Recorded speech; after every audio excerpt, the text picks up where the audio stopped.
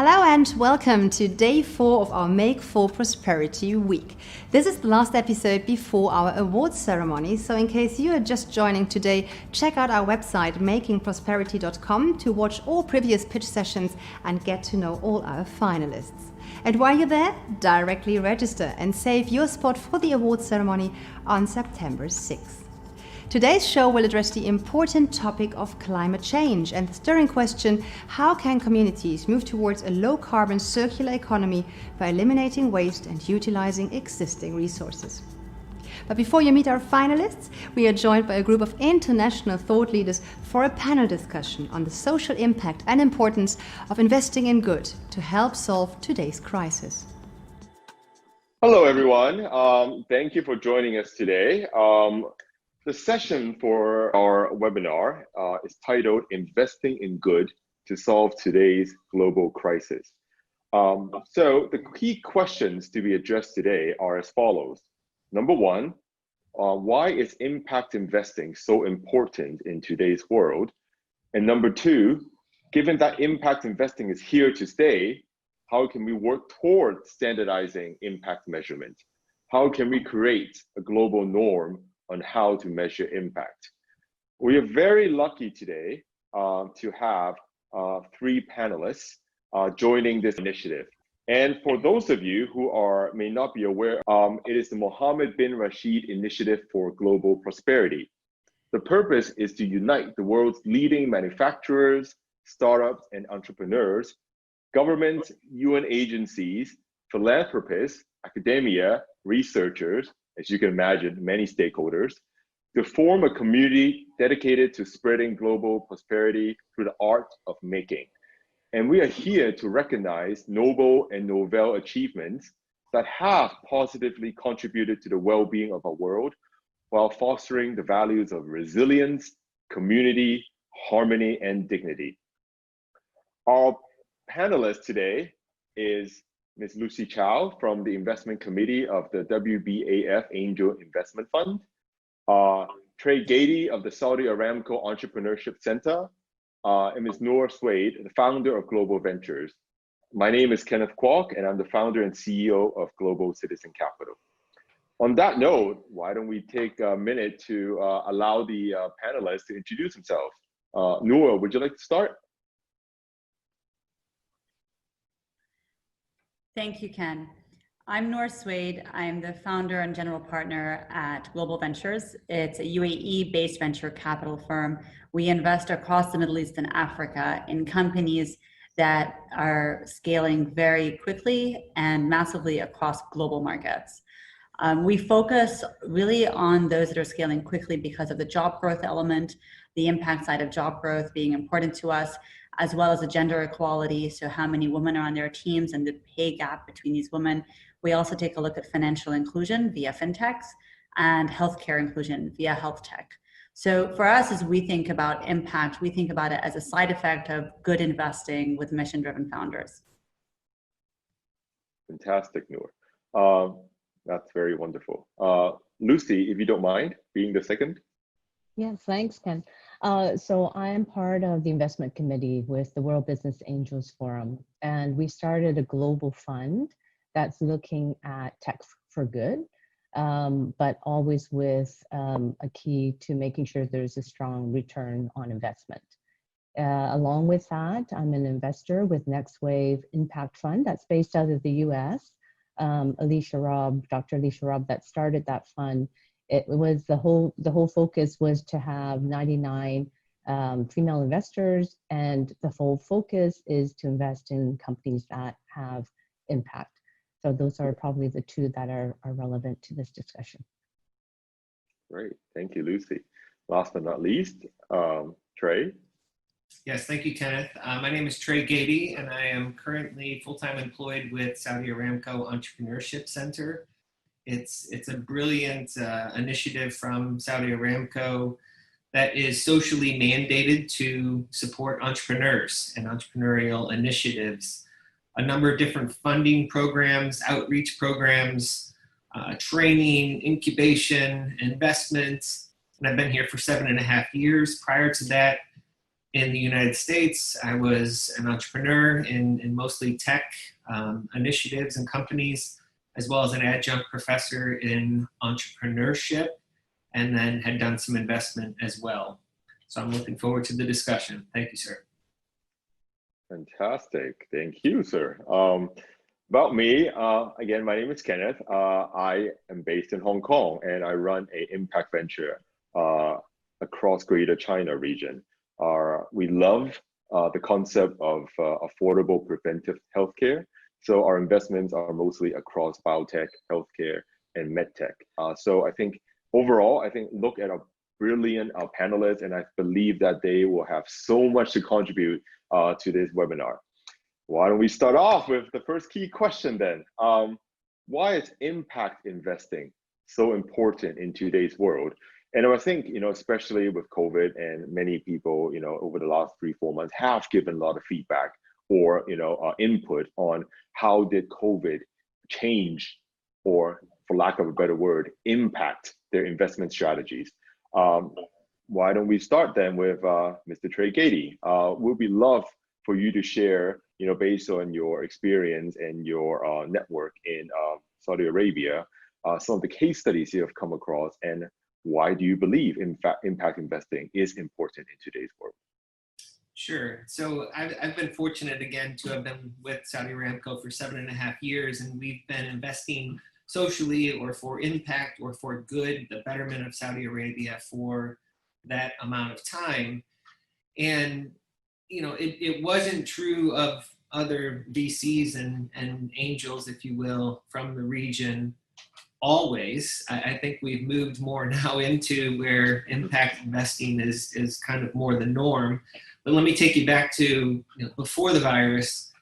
One of our companies does telematics, fleet tracking with using GPS, and its technology and is superior in the market. We have a lot of great clients, but in Saudi Arabia, the death rate on the roads is a bad mark for us.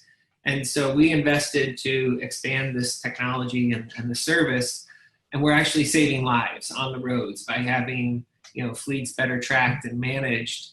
And we've seen demonstrable results of saving lives on the Saudi Arabia highways. Moving forward to today's new norm, if you will. I don't know if nice to have investments are going to be made as much as need to have. So there's got to be some kind of impact, some kind of solution to the world that we're living in today in order for something to get funded, in my humble opinion. Great. Well, I think especially in 2020, in a decade of action, as you rightly said and pointed out too, right? Is good to have really enough, or is it something that should be mandatory going forward, because we are living in a very different world compared to just 4 months ago. Noor, Ms. Swade, I mean, you have done so much for gender-based, healthcare-based, biotech-based investments initiatives, right? What is in your mind, why should investors keep focusing on impact investment going forward?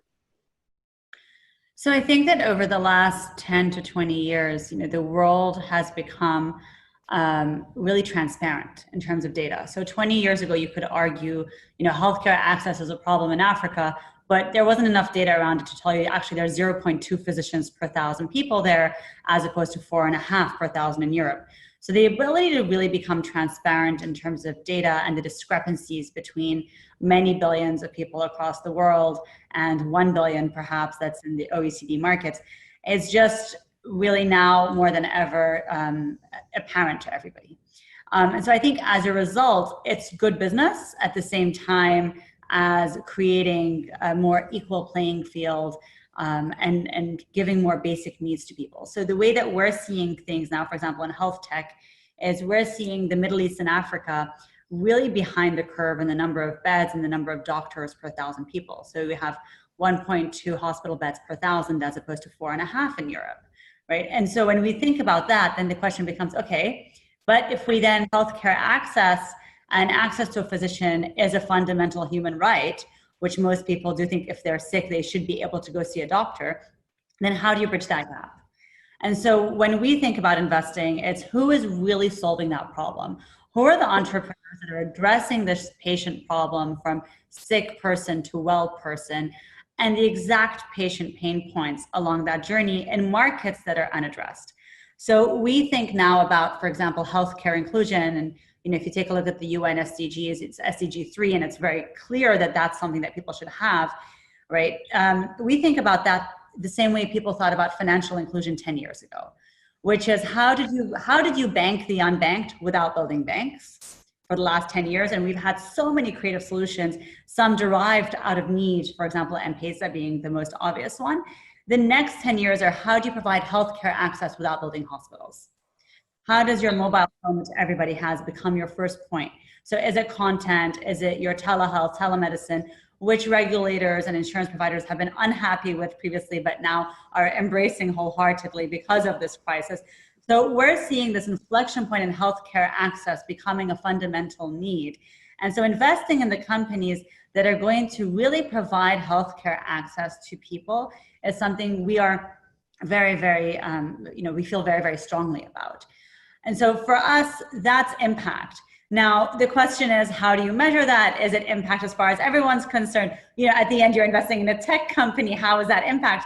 Well, I can tell you it's impact because, 5 years ago, there were 2 billion people who didn't have access to a bank that now are using a fintech platform and can transfer money and can save their money, right? And that, as far as I'm concerned, is impact, right? And if now I tell you that, 5 years from now, there's going to be 2 billion people who can access a doctor or get advice if they're feeling sick or their child is feeling sick, that now are unable to do that, then we consider that impact. The challenge lies in the fact that, to your earlier question, there are certain boxes that people really feel they need to check, right? And different foundations and endowments and investors in impact define these boxes differently. And when you come in as a venture capital firm and say, okay, but we are actually very mission driven and impact driven, we just believe the best way to do that is not by building another hospital in Uganda, but actually by investing in these 5 tech companies that are giving digital access. So there's still a disconnect between the capital allocators and the people on the ground who might find that actually there's a better way to give people access to what they need rather than what we think they need.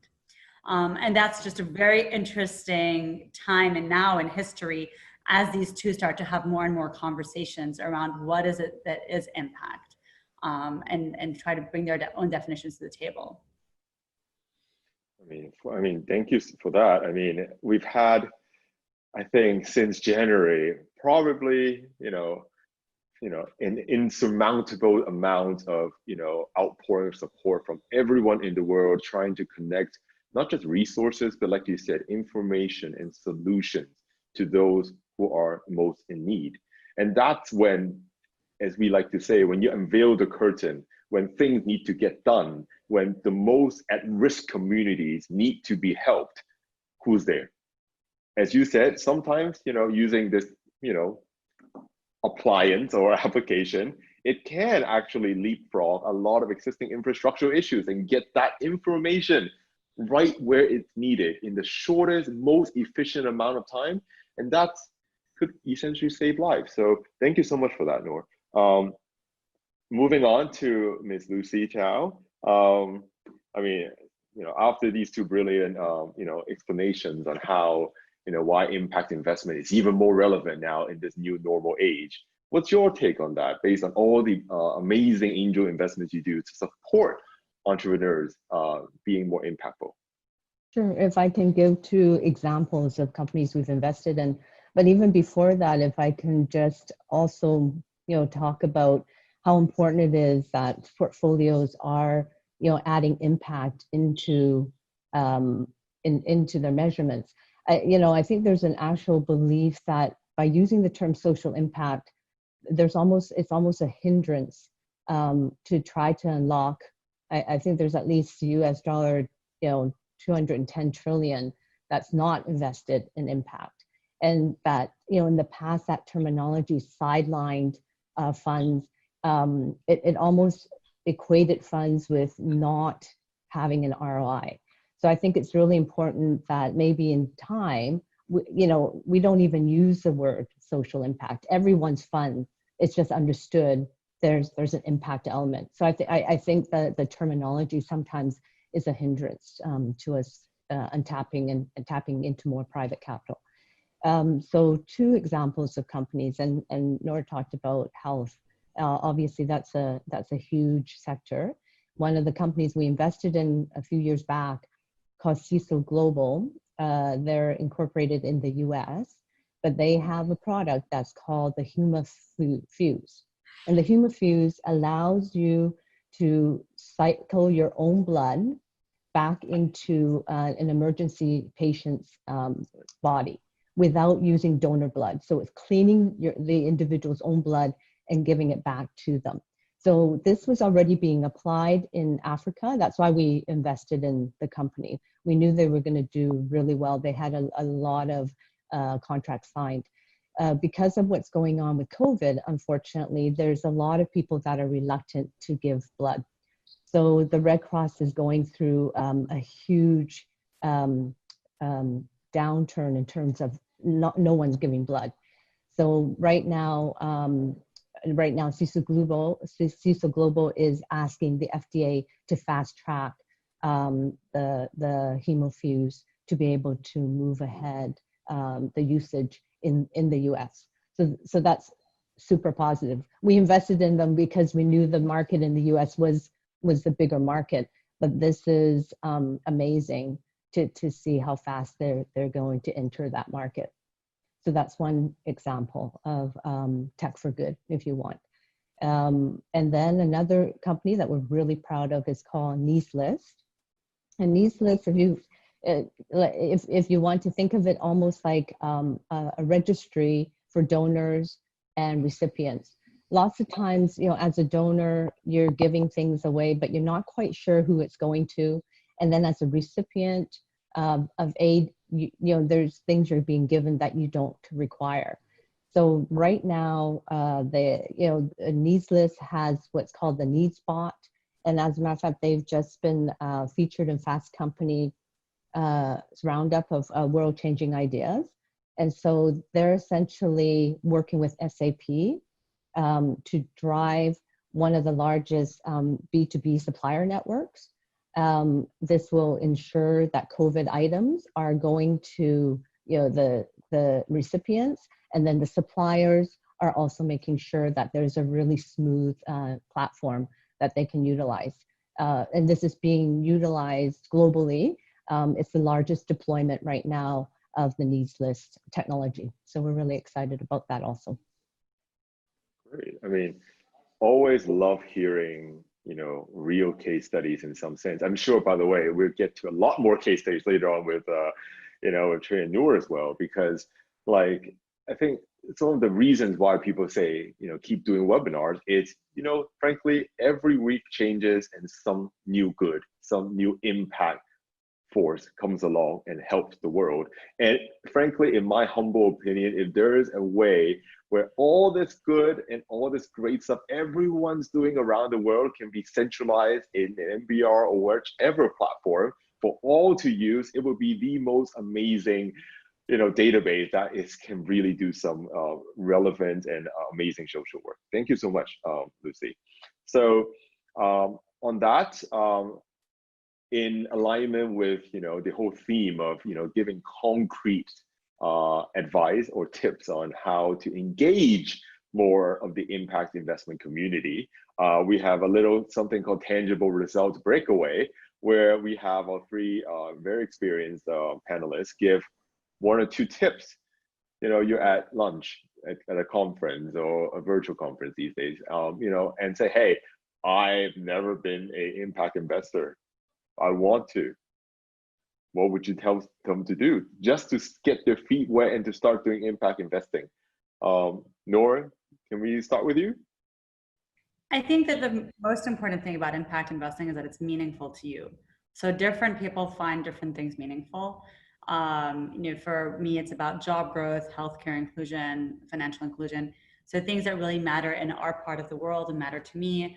matter because of my history, my personal journey. So that's where I'm driven to do more impact. And that's how the definition of impact comes to me. So each person is different, which is then I think the challenge is that each foundation is driven by their principle, and impact means something different to everybody. But I would advise anyone who wants to participate in impact to not think of it as a substitute for returns, as Lucy mentioned. So you can actually do well and do good. That's very possible. It's not very difficult, but pick the area that you care about the most, so that if you only end up doing good, you're not as disappointed about not doing well. So that's the the passion word. Again, it's important, right? It's what gets up going every morning, right? I mean, I don't think many people wake up and it's like, I want to do impact investment today. And, you get out and you jump out of bed, right? But you're absolutely correct. It has to come from your own cultural and your own innate feelings. And Kenneth, and I say that because it's about the stories, right? So you're never going to wake up and say, I want to do impact investing today, and that's my thing today. But you will wake up and say, I really want to help someone, right, in this space. Or that person I helped yesterday, I wonder what happened with them, right? How can I be more useful? How can I create more value? How can I be more helpful to the world? And I think that a lot of people do wake up with a desire to be more helpful and to pursue those things. So it's about the individual stories, and those need to be aligned with what's important to you. Right. Amazing. I mean, let's go to Trey, because, I'm sure working in an entrepreneurship center, you're surrounded by bright-eyed, amazing talent who actually want to do good, right? And so, yeah, if you want to bring more investors on board to support these amazing entrepreneurs, what advice would you give them? Yeah, so I agree with Noor. You can't just take someone from a traditional VC and plug them into an impact or a socially focused fund. And for me, the reason I give back and care is that people did it for me in my younger days. So I had mentors and people that did things for me. So stepping into my job at Saudi Aramco, when I first got here and realized the resources that were available, I said, this is utopia, because we can go out and still generate financial returns, but get social returns and make an impact on Saudi Arabia as a country, a much bigger target than what I was playing in, while I was in the United States, focused in the Midwest. This is big stuff. What else I would tell to someone looking to potentially do more impact investing is that the time is right. I think the funnel for impact is bigger, as I mentioned earlier. I'm not sure how some of the companies that have been funded over the past 5 to 10 years would get funded today.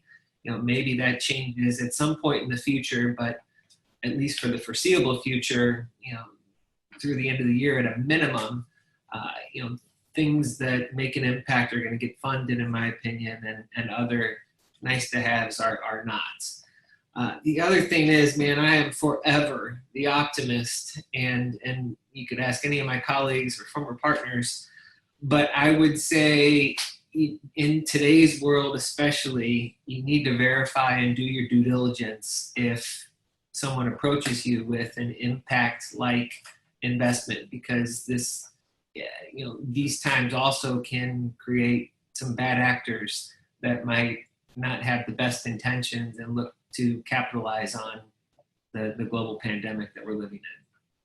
And then let's get away from that topic. Absolutely. Well, I have a simple solution. Every company I'm going to start as an impact startup, I'm getting Trey on my board, right? Simple solution. You know what? You don't have to verify yourself. Ask your board to verify, right? And that's what I sometimes tell my startups. So, but I mean, that's a great, absolutely amazing way of. Sometimes you're right. We have to remind ourselves that the word impact can be very broad, and we have to make sure it is used for good.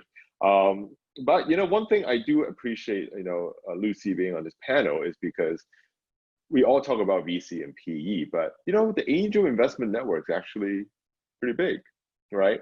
And there is actually humongous momentum even within the angel network, because it's usually the first check that a lot of companies get to get them on the path to sustainability and impact. So I mean, as an angel fund, what would you do to encourage other angel investment networks to be more impact driven?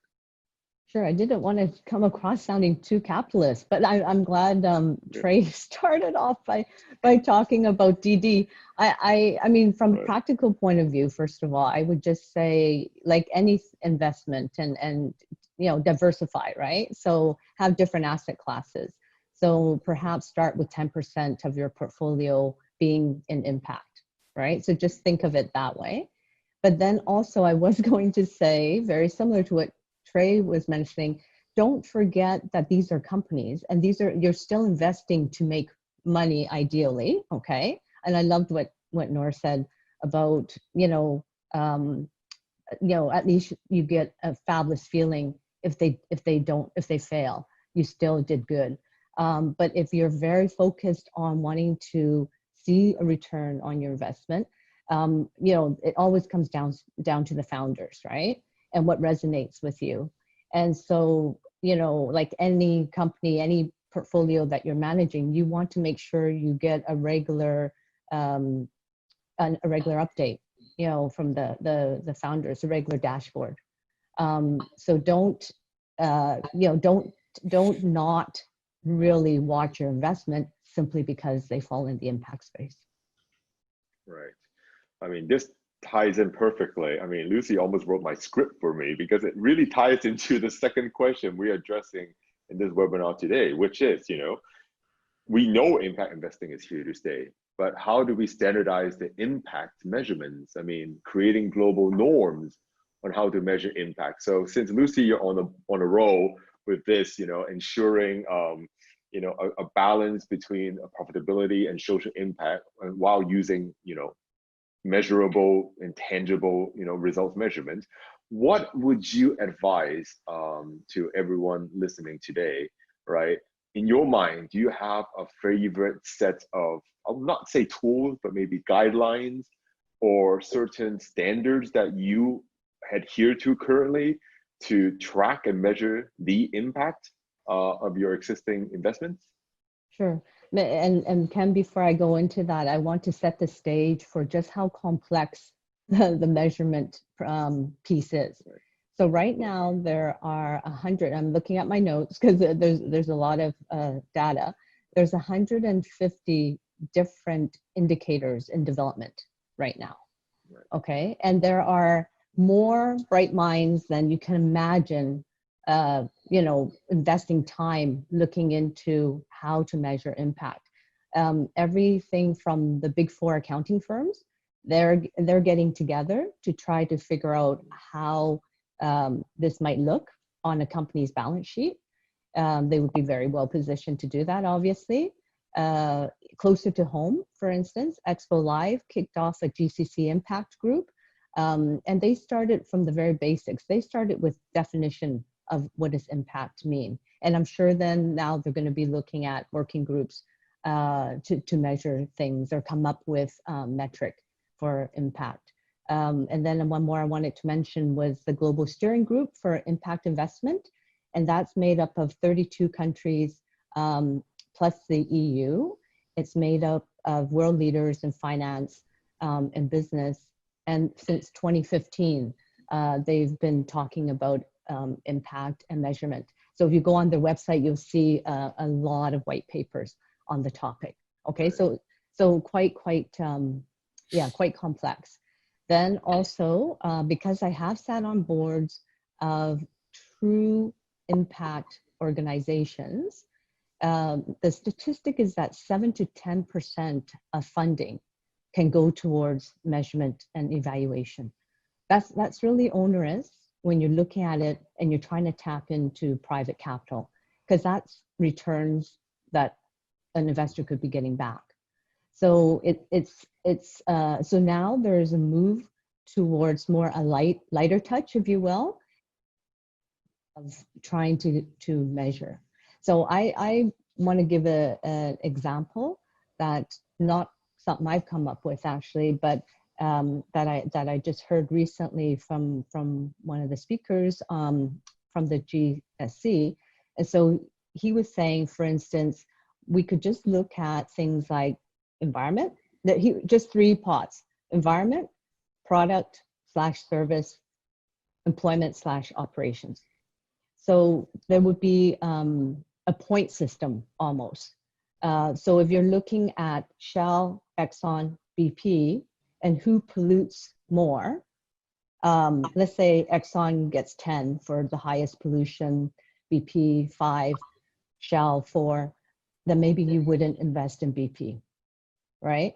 So these are very simple metrics, but again, because it can be so onerous, I think there is a call to try to make it not so complex. And then if you're a product, maybe, you know, how much sugar content is in someone's product, and, you know, that could directly cause diabetes, therefore they get a 10. And so that's one way to look at companies. And I guess more importantly, in terms of the annual report, there's a call now, if we're looking at the environment and impact environment, there's a call for a green annex into annual reports. And I would argue that not only do you need a green annex, but that you would need, you know, and it needs to be embedded, everything in terms of supply chain, how do you treat your employees, everything needs to be embedded in the annual report. And then only then, once it becomes more standardized, can we all be talking and measuring the same way. Right. I mean, you definitely laid the perfect foundation for this topic, because, you know, just through all these talks, you know, everyone says, hey, I'm an impact company. All right, where's the impact? And then they start listing the SDGs or certain tools that they choose. And, you know, afterwards, you would realize that most companies do definitely try to abide by, again, from the heart, hopefully, the way why they want to do impact. But there are so many tools available in the market, and I'll be blunt here and maybe a bit, you know, contradicting. There are some tools which may not be the most aligned when you put them together, because no one has actually ever come up with a standardized system to measure impact in some sense. So of course, we are in the beginning stages, so to speak, across the world on how to really, you know, truly measure impact. I mean, and talking about SDGs, you know, Noor earlier mentioned SDG 3, which is, you know, one of my favorite SDGs because it's good health and well-being. So Noor, next, if you don't mind, right, from your perspective at Global Ventures, right, what have you been using to measure impact so far? So we've had a very light touch on impact. The way that we ran our first fund was really on SDGs 5 and 8, which were about growth and gender. So job growth and gender. And we felt that job growth is the most important thing for the region. We have 40% youth unemployment, and half of the population is under 30. So for us, the biggest job you can do in the region is to create jobs. So, and if you take a look at the US, VC-backed companies create 2.8 times as many jobs as non-VC-backed companies. So our thinking when we did those investments was, we just want to measure job growth, right? And then within that framework, let's measure, you know, gender pay differences, and let's try to do as much. So our portfolio is 30% female founders, which is double the global average, right? But it's not, and I just think that's a function of the funnel is wider because I happen to be a female GP, right? So we'll see more females, and I don't know if Lucy agrees or disagrees. She's done a lot in female investing as well. But so what we've done is we've just done a traditional VC fund, and we report as a public company. So our reports literally, our LPs say this is more than we get from a PLC, because my background is in more of the governance and IR and running a public company, and taking a company public. And so really that transparency level and governance level is up there. And so we do that as a traditional VC. But our front page and our last page also report job growth, number of female founders, number of females in management, financial inclusion growth in case we've done any fintech, so number of people that have been given access to financial frameworks that have not had access. And now in the future, we'll be doing as well healthcare. And our next fund is a 70% health tech fund. And that'll be much more in alignment with SDG 3. while we're also looking obviously at 5 and 8, because we're still doing this in a part of the world where those are massive issues. And so for us, it's a VC fund. Here's your VC report. This is what we can tell you without becoming onerous on the founders. So the founders every quarter come back, excuse me, with that information and give us what we need to be able to report a very light touch. This is what's happened, right? We're not claiming that it's happened because of our funding, right? You can talk to the founders and they can tell you, and you can, right? And we're not claiming that these are the most important metrics, but this is the impact that has been created as a result, we believe, of our coming into a round or leading a round or enabling the funding for a certain company. So I can tell you, our founders have created 2,600 jobs in the last 18 months, right? So for us, that's key. That's one of the most important things we're trying to affect is unemployment. Right. Wow, congratulations to you and your team. It's 26, that's a lot of jobs, and in a short amount of time too, so. Well, it's not us, it's the founders, right? But the founders will tell you, if we didn't raise funding, we couldn't have scaled, and this was instrumental to our funding. And there's like 4.5 VC funds in the region. So you get to a point where it's like the funding is really, the capital is the biggest catalyst for the impact to be created, in our opinion, right? And this is just one lens. But if I were to go to market and market a fund based on impact, I probably wouldn't have the fund. Right. So, as I said, by the way, we're creating impact, right? And people listen and they're excited about it, but first show me the numbers and show me the money. And then we can talk about the impact.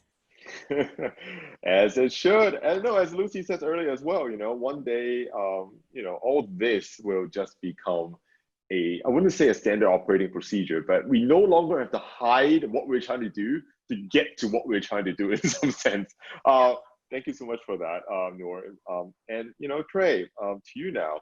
Of all the amazing industries you have touched, on, within your current role, what, do you believe, tools of measurements are sometimes defined by industries, or you do think there are some, more globalized view of these measurement tools from your experience? Yeah, it's tough, Kenneth, and in my best effort to kind of summarize and take pieces from what Lucy and Noor said, it kind of depends on the organization. So I'm Saudi Aramco, and we've got our own internal social good impact, metrics that we're collecting, very similar to what we heard from the other two panelists.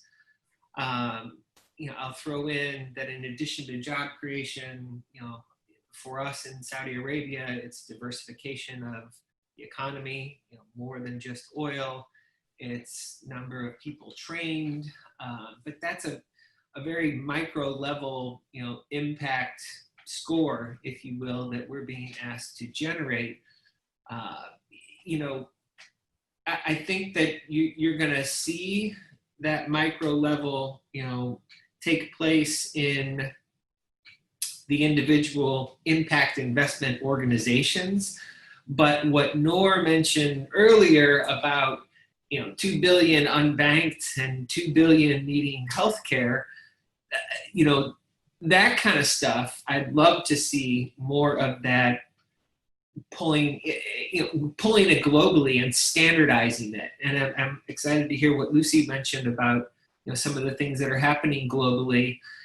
But it's two different levels, and kind of what your definition of impact investing is, and what you're looking to report, and how it can contribute to something on a much more macro level, big picture, like the unbanked now banked, and online healthcare being available.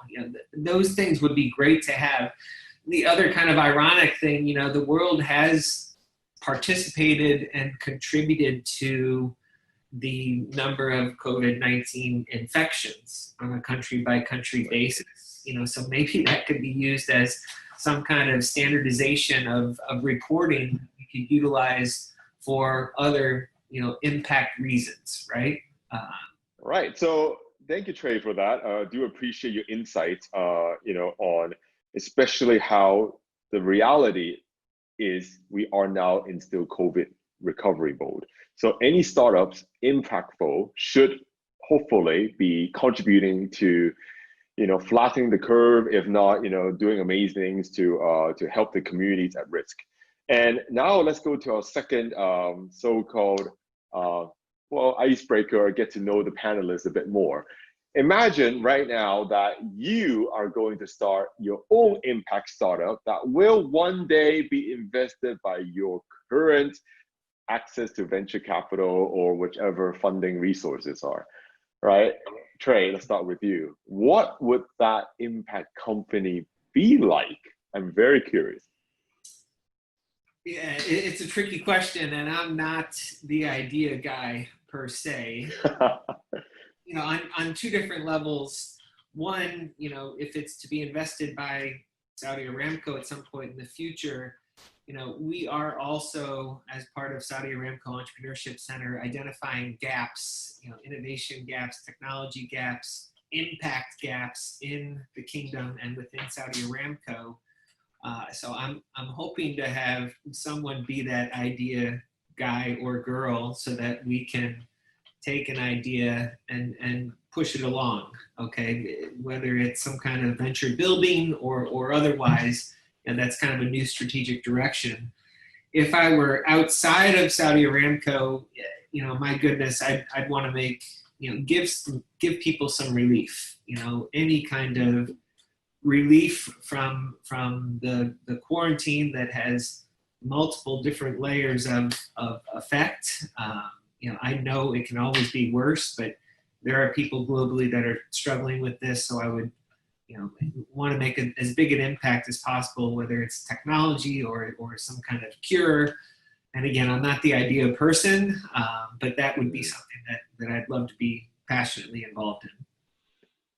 Relief is so important because, mental and physical health has been affected by the quarantine situation. So any type of relief would be very, very, I'm actually taking notes because, I may want to do a startup soon. So thank you for that. Lucy, now I want to pick your brain to give me a good idea for an impact startup. What would yours be? Okay, so the problem, 40% of people who are laid off now or unemployed are not going to go back to the job they originally held.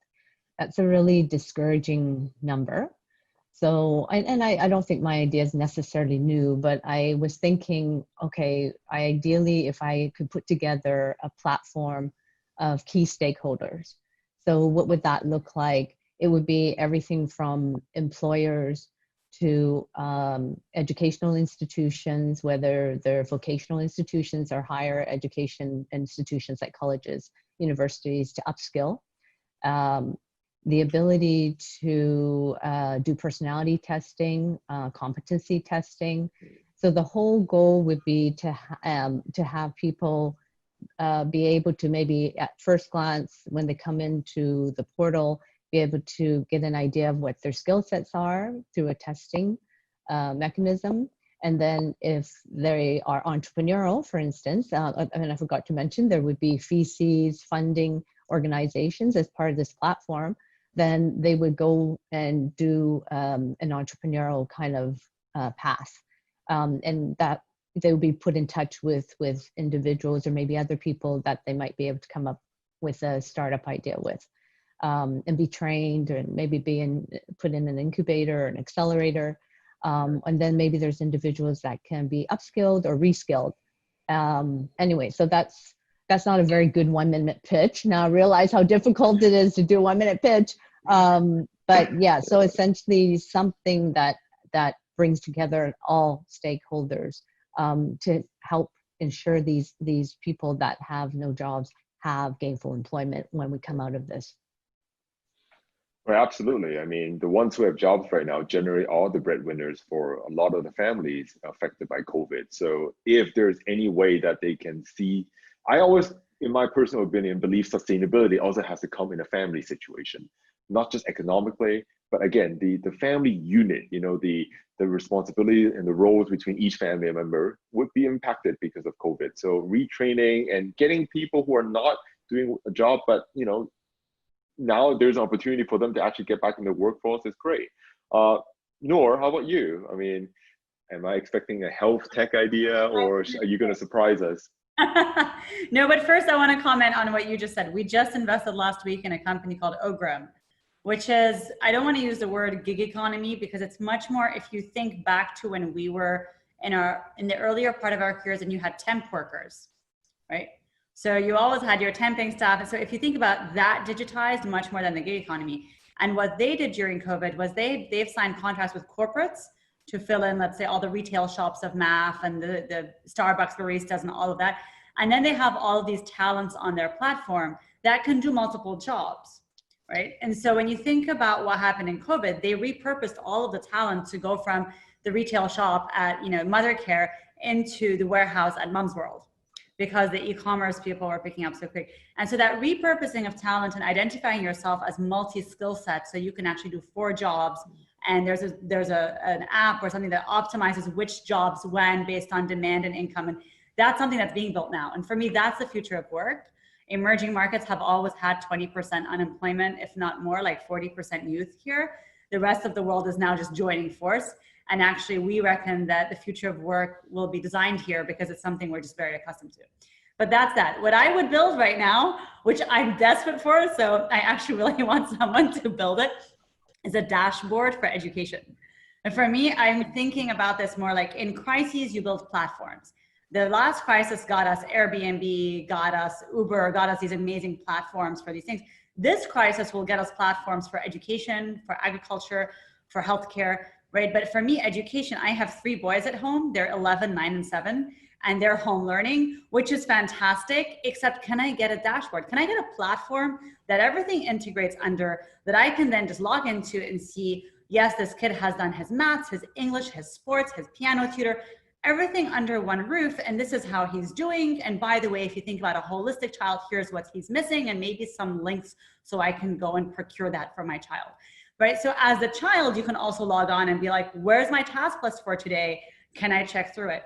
So historically, education has been a challenge online because content has been hard to find. Now content's a commodity.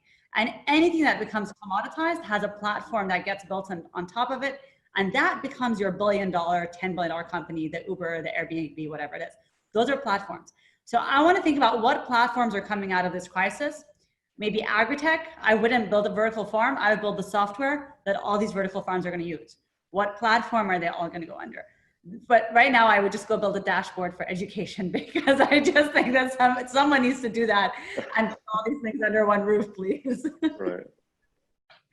Well, not just you. I think if you ask the audience right now, it's like who have kids, who need to, most of us will raise our hands, right? So no, again, that's, I mean, again, 3 brilliant ideas. I've taken notes. So, hopefully next time we meet, maybe they will be founded, right? Who knows, right? Anyways, we are at the end of our webinar. Any last thoughts from our panelists in terms of case studies, or resources that you believe that, investors, other impact should look at? I mean, just before we wrap up the call. Sure, I'll just again mention 2 resources. So the Global Steering Group for Impact Investments, so GSG. And then one other that's been really working for a long time on this space is the Global Impact Investment Network, GIN, right. based out of New York. So both very, very helpful in terms of data, especially in the metrics side, evaluation side. Wonderful.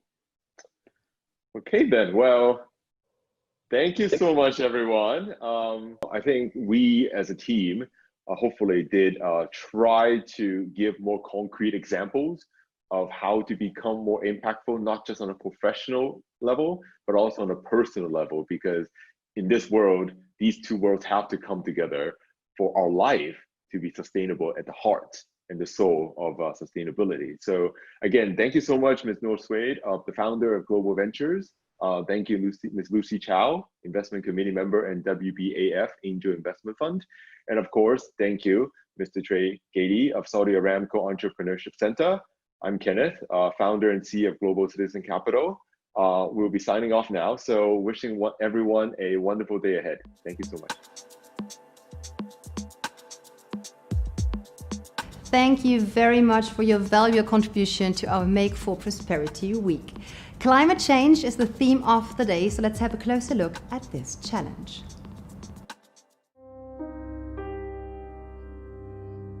Our planet is burning.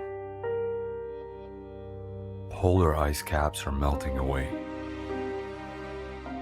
Pollution lingers in the air we breathe. The consequences of climate change are prevailing, slowly creeping into our lives and endangering our existence. The air pollution's really bad here, and I think it's quite bad, the fact that, they're burning the trees here, destroying the environment, and all for, this palm oil that goes into products like makeup and moisturizers and various other products. Sea levels are rising, rivers and lakes are drying, and weather patterns are becoming more fierce.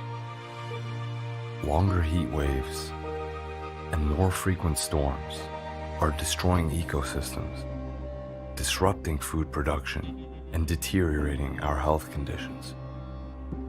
The effects of climate change are on the verge of becoming irreversible, with a profound impact on our Earth. Believe that climate crisis is now happening. It's not a climate change anymore. It's a climate crisis. Yep, climate justice right now. Right now! The average temperature of our world is nearly 1 degree higher than what it was over 100 years ago. And it's expected to increase a further 2 degrees by 2030, taking us to a point of no return, leading to nothing short of catastrophic consequences that will affect us all. When we think about climate change, we often silo it and think just of environmental disasters. So we think of things like hurricanes or tsunamis. But really, climate change has a wide variety of impacts. And that's where we see a lot of conflict migrants coming out of conflicts that have started because of climate change. And if we as a global community don't come together and find ways to manage those problems, it's not that we're going to be in the same place tomorrow that we are today. It's that we'll be in a worse place tomorrow than we are today. What must be done now. We must act together and confront the greatest threat to us all. Let us be honest, we have only one planet. DAP apa saja parti, dia akan bunuh kita bersama. Is an issue adalah agenda untuk semua bangsa, semua kaum. We have the power to change our future and change the course of our fate. By embracing sustainability and altering our lifestyle, we can overcome climate change and make our world prosperous for all. So, can you make it forward? If you were given the chance to change a life, what would you do? To enable our air to be cleaner, our land to be greener, and our oceans to be purer. Where nature fuels our energy needs, and technology resets our pace of consumption. By reducing, reusing, and recycling products, we can secure a sustainable and circular future for all. Because we believe that access to innovation paves the way to building prosperity.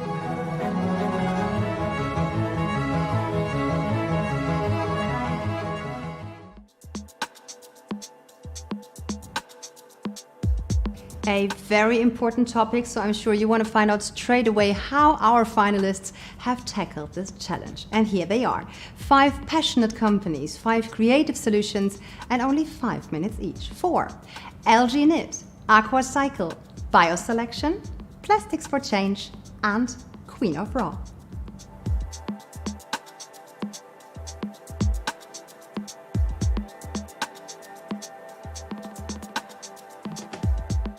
My name's Aaron Nesser. I'm the CEO and co-founder of AlgiKnit, a material solutions company for the circular economy.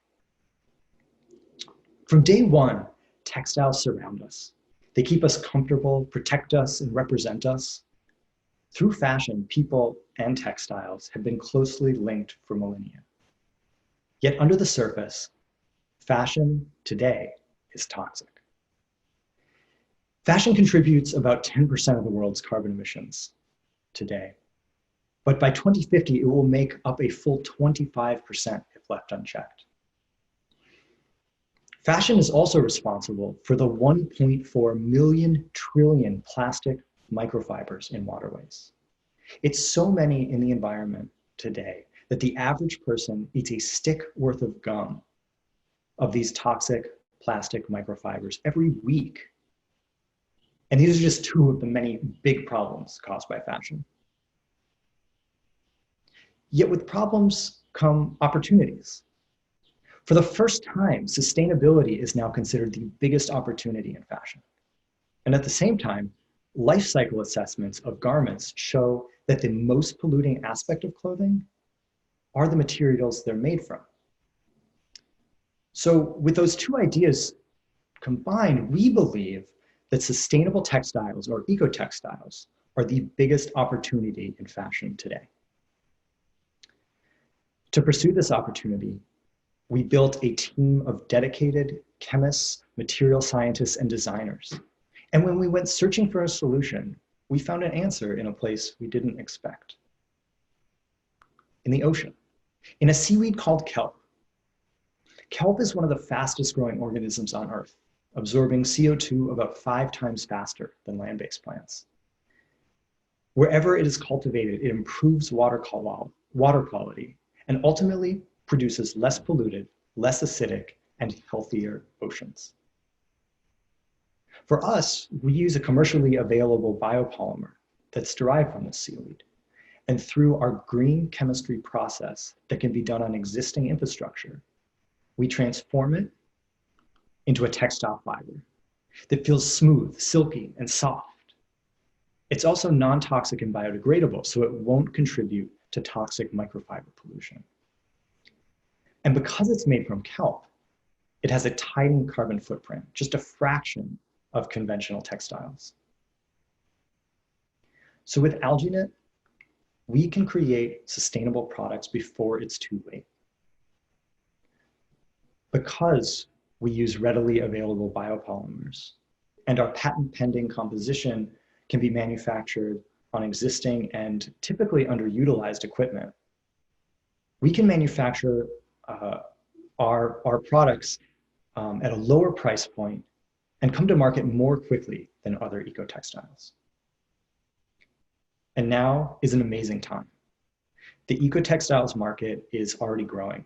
It was worth about $37 billion in 2018 and is projected to be worth up to $110 billion USD by 2030. By 2050, it could be a whopping $730 billion. This would make it the dominant category in the textiles market, a massive shift. For us, we see $1 billion+ opportunity in this space by 2030, based on these industry projections, but also other companies that exist today.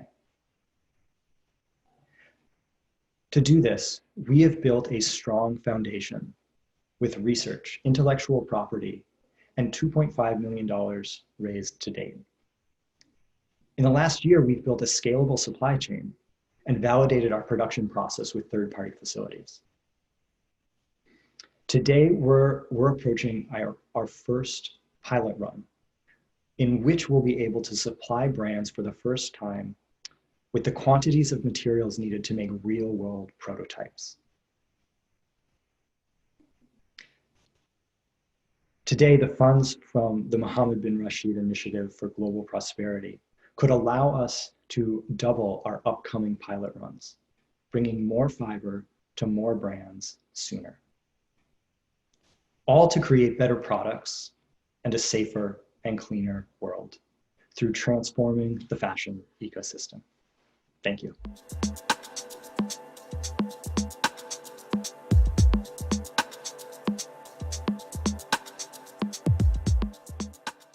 Hi, my name is Oriana Bretschger. I'm the CEO and founder of Aquacycl. And at Aquacycl, we provide the bioelectrochemical treatment technology, or BET, and our goal is to make wastewater treatment better. Wastewater treatment impacts a significant portion of the globe. 1/3 of the world's population doesn't have access to safe and clean water. 2/3 don't have access to a toilet. 80% of wastewater that's generated globally is discharged into the environment with minimal or no treatment at all. And this is definitely true for many of our industrial customers that are generating high strength wastewaters. And currently there's no technology available to them to even treat this stuff. So they have to haul it and land apply it. Or if there is a sewer available, it can trickle in, but at an extreme cost.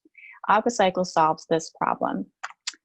We have a plug-and-play solution that modularly can scale on a customer site and address some of the most challenging wastewater streams that are generated in the world today, primarily from food and beverage production and industrial production, generating high-strength, high-sugar wastewaters. We eliminate hauling, we optimize energy recovery, and we protect the environment. We already have systems that have been deployed with companies such as Anheuser-Busch and Mars Wrigley, as well as the US Navy. Always, we have met our milestones or exceeded them and moving forward in contract discussions. How the technology works is based on a microbial fuel cell. We use naturally existing bacteria already present in the wastewater. Those bacteria, in their process of breathing, actually generate electricity. We can harness that electricity. We can use that power to offset the energy costs of our system. But more importantly, the more electricity that we produce, the faster the treatment rate is. So we can treat a lot of wastewater in a small footprint very efficiently. So the system, each one of our BET reactors is about the size of a car battery. And we stack these things together like Legos inside shipping containers, which can plug and play anywhere in the world. We remotely monitor and control, which minimizes the amount of a full-time operator that needs to be there. And because of the modularity of the system, even when we're doing maintenance or repair, the entire system can continue to run. This is a picture of the types of systems that we've deployed. So we have demonstration units to test out the technology with our customers. Then that translates into a full-scale sale for them. And then we plug and play and we start solving their issues.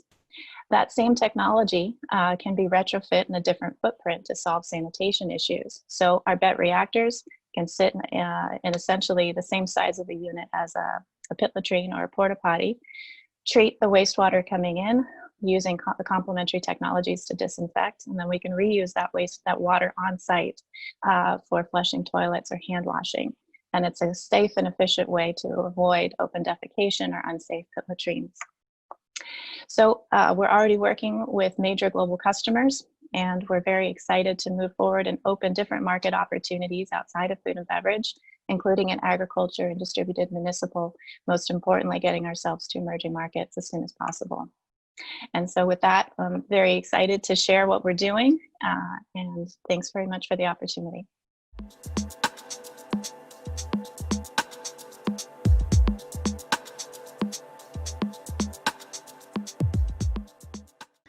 Globally, plastics are a huge problem today. We produce over 30 million metric tons every year, but only 9% of it is being recycled. And this is because we lack economical recycling technologies for it. And so huge amounts are entering into our landfills, our atmosphere through incineration, and also into our oceans and rivers through poor waste management practices. My name is Miranda Wang, and I'm the co-founder and CEO of BioCellection. I've been working on developing innovations for plastic recycling since over 10 years ago. And 5 years ago, when I founded this company with my co-founder, Jeannie, we worked on identifying which plastics are the hardest to recycle for us to focus on. From visiting over 20 different waste management facilities in the US, we came across low-density polyethylene as the recurring huge problem that everyone is dealing with. Globally, 7.2 million tons of low-density polyethylene is produced every year, mostly for applications like plastic wraps, everything from grocery bags to e-commerce packaging, to pallet wrap. So it's really a super low grade, it's cheap material that's being used everywhere. And only 6.2% of it is being recycled. The materials that are recycled today need to be very clean, and they're blended in with virgin materials to make outdoor furniture and decking products. So we've been focused on taking the plastics that are actually contaminated and dirty and that no one else can recycle from this waste stream. We know this problem is huge and won't go away on its own because low density polyethylene is actually projected to grow every year at about 9%. So how we work is we partner with waste management companies that have the ability to collect waste from households and also sort out the feedstock that is suitable for us. We then put the plastics into our chemical process and we produce performance materials which we sell back into the supply chain. What's important here is that we're upcycling. We start with a waste material that on its own, even polyethylene on its own is a very low, is a low grade material, doesn't have the most amazing performance properties. And we actually, through our chemical process, upcycle it into an inherently more valuable material. So how we do that is we've invented a new chemical process technology that's called accelerated thermal oxidative decomposition, or ATOD. And in this process is important because in less than 200 degrees Celsius, less than 6 hours, we can take these plastics and break them down into chemical intermediaries called dicarboxylic acids. These chemicals are very important for all types of synthetic materials. And we take it one step further, and we actually take our chemicals and we synthesize them to make these performance materials. So the first product that we made is called CIRC, and is a thermoplastic polyurethane elastomer. And you can see here in this demonstration, this product is not what you would typically see from a post-consumer recycled product. It actually meets commercial grade performance compared to virgin grade polyurethanes. And also we're able to achieve pricing that's comparable as well. And so customers have really shown a lot of interest in this new material. Right now, our polyurethane has a 47% post-consumer recycled content that's made from upcycling polyethylene. And also because of this, we're able to reduce the carbon footprint by 45%. And this material on its own is recyclable. So it's really checking off all the boxes. The first application spaces we're looking into are footwear, consumer electronics, and also automotive. And we're in over 50 different conversations right now for customizing our materials in these applications. Our team is a technical team of 10 scientists and engineers, and we're partnered with the city of San Jose and backed by impact investors like Mark Benioff and Wendy and Eric Schmidt. We're currently working on scaling up our process as well as finishing our product development final milestones. And we're applying for the funds from this Global Prosperity Challenge to help us complete our prototyping as well as helping us scale to our pilot units. We plan to break even in 2024 and from there develop multiple units of the system so that we can plug into local waste sources and turn them into materials for manufacturing and also be part of a resilient supply chain. The impact we're making is huge. From this first product alone, we're using 275,000 metric tons of low density polyethylene, saving 2.6 million metric tons of carbon emissions and saving 22 billion megajoules of energy. So I really look forward to taking your questions, and I hope you'll support us. Thank you.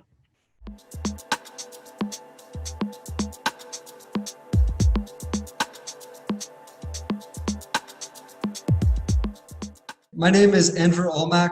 I'm the CEO of Plastics for Change.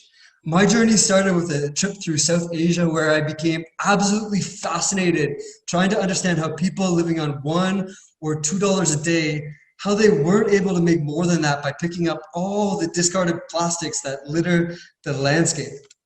After all, plastic is a valuable petroleum-based resource that could be used to create better livelihood opportunities.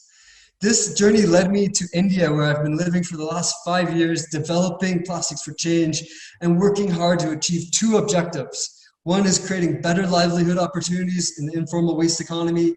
And second is to help transition the industry away from fossil fuel-based plastics towards the use of recycled plastics.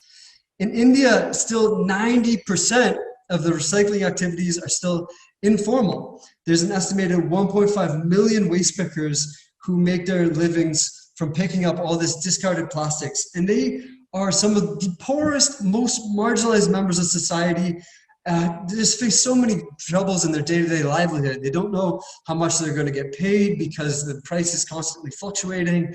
They don't know when they're going to get paid when they sell to the informal network of scrap shops who don't have access to working capital finance. And overall, there's quite a lot of exploitation that can happen. And furthermore, the informal economy lacks the advanced recycling equipment. So the plastic that's collected is often downcycled into low-value goods that don't have a lot of value. It's no wonder that procurement managers in the industry have such a hard time getting a consistent supply of high-quality recycled plastic that they can actually use in their manufacturing cycle. Globally, recycling rates have been stagnant at about 9%. And in the packaging sector, it's even worse. Global brands like Unilever haven't even cracked 1% post-consumer recycled plastic in their packaging. If the consumption of virgin plastic continues business as normal, it will reach 15% of global greenhouse gas emissions by 2050. So our solution is all about making it easy for brands and manufacturers to make that transition towards recycled plastic. We design the supply chains for brands to help them achieve their recycling goals, and we stabilize the price. So this makes it easy for us to then onboard the waste pickers and the scrap shop onto our mobile platform because we can guarantee it's profitable for them. They're able to accumulate the plastic in bulk and they don't have to worry about the price falling. We're able to also drive transparency and accountability through these supply chains and incentivize socially and environmentally responsible supply chains. In fact, we're proud to be the first and only organization to be certified from the World Fair Trade Organization. But we're just getting started. We need to really ramp up this model. We're really proud to announce that we're on track to completely sell out the entire demand from the body shop globally, and have pioneered breakthroughs for the industry such as food-grade PET, polypropylene, and high-quality HDPE and LDPE as well. Since January 2019, we've offset 1,000 tons of CO2 by replacing the use of virgin plastic. And now, with the help of this award, we need to scale up our franchise model to communities globally. All the emerging economies work with this informal recycling supply chain, and we want to bring the recycling systems to these communities that really just lack access to the formal waste management systems we take for granted. And through this support, we can also really drive home the fact that the decision to use recycled plastic is a low-hanging fruit for brands to dramatically curb their CO2 emissions. So we'll work so hard to drive the circular economy forward and prevent the destabilization of our climate. Thank you so much.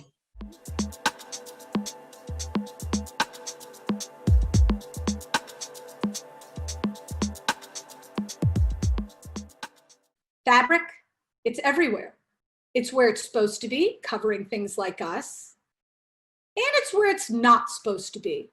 Every single year, $120 billion worth of unused fabric just sits in warehouses collecting dust or being burned or sent to landfill. And based on this image, you might think we're just talking about scraps off a cutting room floor. But for some of our enterprise customers, this wasted inventory is so big, it represents up to 15% of their bottom line in just 1 year. At that volume, waste isn't just environmentally irresponsible, it's a CFO issue. And that wasted fabric is destroying businesses' pockets and your drinking water.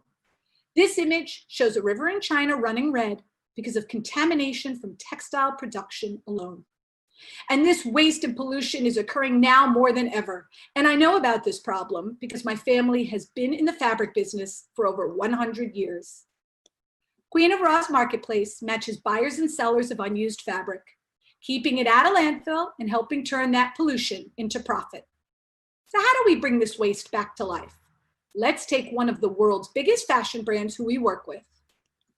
Before Queen of Raw, what you see here was their actual inventory management system. And by inventory management system, I obviously mean Excel spreadsheet. They had 10 different spreadsheets across 10 different departments with actual handwritten notes on them. Obviously, the spreadsheet was riddled with error. costing the business a fortune, and they didn't even know it. Well, today, they manage all their unused fabric in just one place. We make the transition from warehouse to web seamless. Through our partnership with SAP and other inventory management systems, we can onboard that inventory in minutes. Then we match it to our community of over 175,000 buyers around the world. And when orders are placed, we'll take care of everything end to end, from payment processing to fully automated international shipping logistics. And we'll calculate for you in real time things like the water, the toxins, the energy, and the dollars saved by leveraging the Queen of Raw system, and can map it all to the United Nations Sustainable Development Goals. To date, we have saved over 1 billion gallons of water. That's enough clean water for 1.43 million people around the world to drink for 3 years. The colored dots on the map show where we have already had a global impact. And for every sale, we get a 25% commission, plus monthly subscription fees for our data and analytics.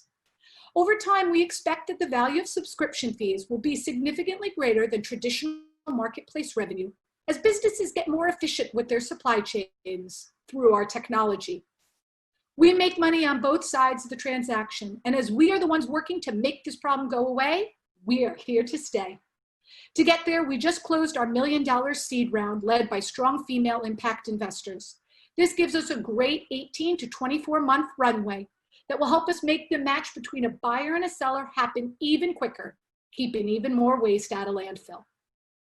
So why does any of this matter now? We are obviously in a period of massive disruption, requiring us to digitally innovate our way out of crisis. For supply chains to truly be resilient and agile, we must cut our customers' costs while sustainably securing all the raw materials needed across their supply lines in real time, at a discount, and away from areas impacted by disruption, all while supporting strong commitments to sustainability. The brands you see here across industries and around the globe, many of whom are our customers, have all signed commitments to reduce their waste by 2030. And they face exposure to significant liability with all the recent changes in the laws if they don't.